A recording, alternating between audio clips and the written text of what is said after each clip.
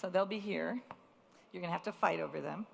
All right, here we go. So we're going to talk about how we can truly achieve open source everywhere. So you guys all know how, raise your hand if you think open source won. Like everybody uses it now. Right. See, this is dangerous because honestly, I think we're more like at 20% of companies doing open source. They all use it, but nobody's giving anything back. I mean, some are, but not many. And that's problematic because of the tragedy of the commons. So we got to do something about that. I started talking a while ago about the long tail of open source, which I think is INNERSOURCE. And this little logo up in the corner, that's the INNERSOURCE logo. INNERSOURCE is a term that Tim O'Reilly coined back in the early 2000s to describe doing open source inside your company using the methods. But obviously, because we call it something different, it's important that it's not meant to push code out. It might train you up to do that, but it's mostly about fixing stuff in your company. Some really big companies have been working on INNERSOURCE, and I know that because we started kind of a group, an informal group, called InnerSourceCommons.org that is sharing stories so that we can fail a little bit faster, right? So why are they doing it? Well, how many of you work in a proprietary software company that is older than, say, Google? Anybody? Wow, it's a young crowd. All right, Google is the dividing line between people who know how to do open source and therefore they run the company that way inside, and companies that maybe they don't know that. PayPal started just before Google, and they have to learn this lesson now.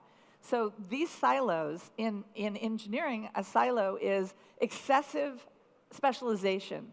So you get groups of people who are looking inward on the little bit of code that they're responsible for.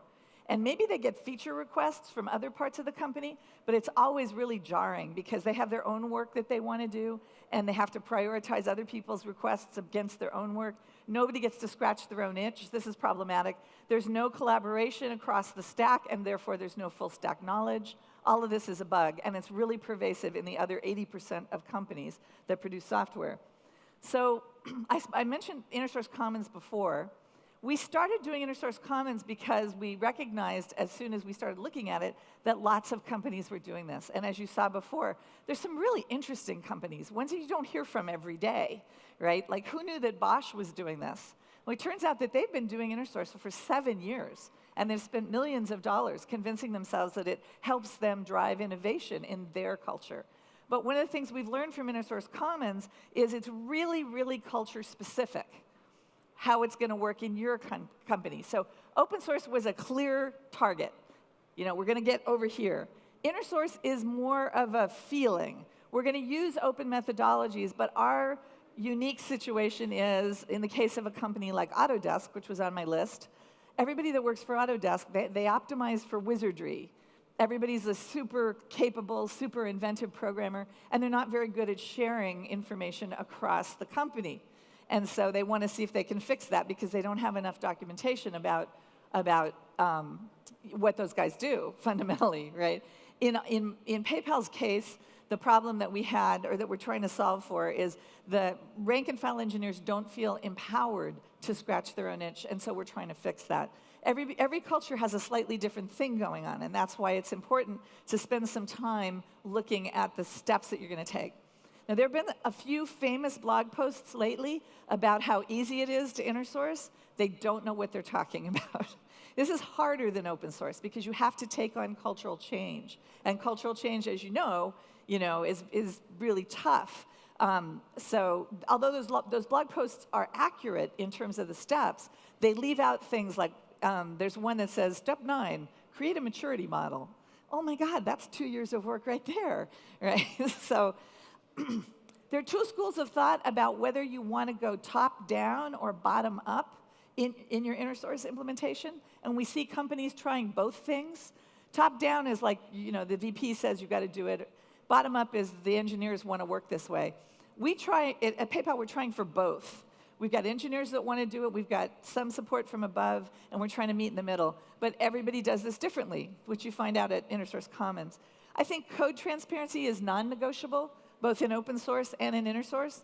So happily, there are tools like GitLab and GitHub that make everybody's code available, and people can see each other's code, which means they can read each other's code, which means that even if there isn't good documentation, they can at least get an idea of how to approach solving their own problem. So this has to happen as a baseline.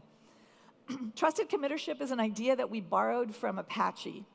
And at Apache, a trusted committer is somebody who has been putting patches into the system, and they've been consistently accepted by somebody else who's a trusted committer.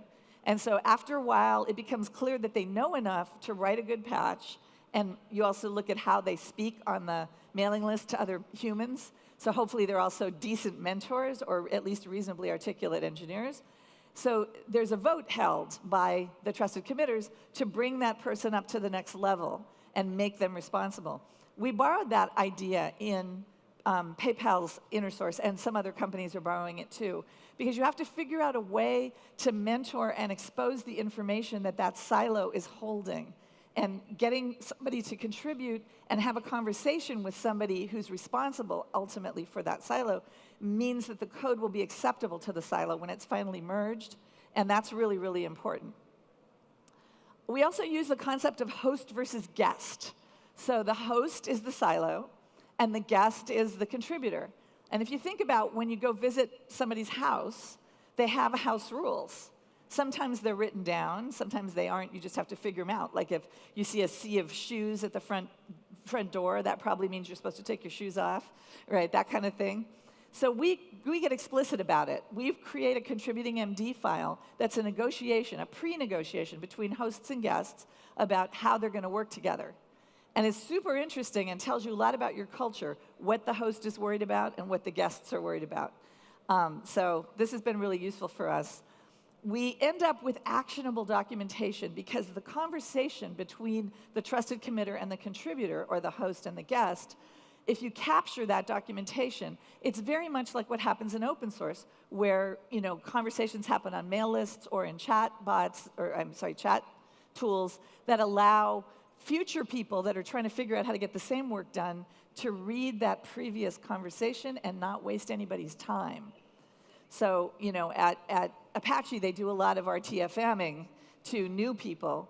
They say, here's the thread you need to read before you submit anything to us because, we don't want to waste anybody's time. So we're trying now to measure how much velocity increase you achieve when you do this, and it's becoming pretty interesting. We also implemented extrinsic rewards. So intrinsic rewards are things that just come for free. Like you're a developer, you've got work to do, you need to do some work over there. If you can get your patch accepted, then you're done with your work. That's an intrinsic reward. An extrinsic reward is this guy over here who's got to review the code. He doesn't necessarily want the patch. He doesn't necessarily want to spend his time having a conversation with somebody that isn't on his team. How do we reward him to make sure that he feels included? And at PayPal, we got really lucky because we had a fellow program that was sort of fallen out of use. We only have one fellow in the whole company. So we're retooling the fellow program. And if you get a certain number of guest committerships, you automatically get entered as a candidate for fellow, which is the way that you become, you can, if you actually achieve fellow, you get, basically you're a VP, but you're an individual contributor. So it keeps you out of having to do the management track to get ahead in your career. And it's proving pretty interesting to developers. Including the suits is something that we're contributing to the INNERSOURCE conversation because we have a really rich product ownership culture where we have product owners, product management owners, different layers of the marketing side of the company that have some dominion over which features get implemented and in which order. And our early experiments, they blew up the experiment because if you just talk engineer to engineer and leave out the cheese, and we always draw them as cheese for some reason, you end up, because we like cheese, you end up with a problem because the cheese feels left out, and then they subvert your idea. We are also an Agile shop, and there's a whole conversation about Agile versus INNERSOURCE. I actually think they work pretty well together, with one important exception. If your Agile team believes that it needs to be co-located to maximize throughput of their conversations, then you lose being able to capture the documentation, because they're going to do that mouth to ear. They're not going to write it down. So I am in favor of distributed Agile teams I used to be the CTO of Wikipedia, and we did a lot of work to make the Agile model fit for Wikipedia, which is 10,000 developers that don't work for the foundation, and only about 40 that do, figuring out how to make that work for that, so I felt pretty confident that we could make this work. The InnerSource movement, if you join it, works under the Chatham House rules. So if you come to InnerSource Commons, you don't have to out yourself as a company that's interested in InnerSource. You can just sort of, participate in the conversations. Chatham House, it says, you can quote anything you hear in one of our conversations, but you cannot quote its source or tip the hand of what company it is. And that's created some anonymity within InnerSource Commons that's made people much more comfortable about sharing. So if you think you want to join, you know that we do that. There's a lot of academic research going on through InnerSource Commons, which we're really excited about, because I was here for the rise of open source, and I'll tell you the academic research is really important to prove or answer questions that you have about why things work the way they do. We're producing regular books. That's what this one is. We're actually supposed to give it away for the first time at OSCON next week, but since you guys are all here, if you get up here first, you can have one. And the purple one was the most downloaded non-code resource on GitHub last year. So, InnerSource is a thing. It actually is. We also open source all the tools that we're producing because we think that they'll be useful to the rest of the InnerSource community. And I will tell you that as an open source activist, lifelong now at this point, or career long, I'm very drawn to the idea of tricking our InnerSource Commons community into doing open source in the name of InnerSource. It's not our secret sauce for any of us. It's just another way to get stuff done. And so if we can share, we're going to get there faster. And that's what we're trying to teach inside our companies and also to this community. So I really believe, and I believe after many years of looking at how to get open source past that 20% slice, that this is the future. I will tell you in my consultancy, which has been going on for 8 or 10 years now, I started running out of customers who could figure out open source on their own or with my help. And the reasons that we were running into problems in the later years of my consultancy was because of cultural impediments. So the classic one, I did a thing for Bill and Melinda Gates Foundation. They had every reason to figure out how to do this. And I wanted them to figure out how to do it because Microsoft at the time was not pro-open source, and I thought it would be interesting if Bill and Melinda Gates was publicly pro-open source. But it turns out that when more than half of your staff comes from a single company that likes to micromanage to get away from ambiguity, then you kind of kill your open source because you can't do that micromanagement thing and make it work. So what I figured out is that InnerSource is the only way to train up the other 80% of the companies out there so that they understand open source. It also means that life will be better for engineers in the future, and it'll be easier to move between companies because they'll all be doing the same thing. So anyway, that's InnerSource. If you have any questions about that, I'm happy to meet you in the back. I probably should take these with me so the next person doesn't have to deal with people scurrying up for the books. So thank you.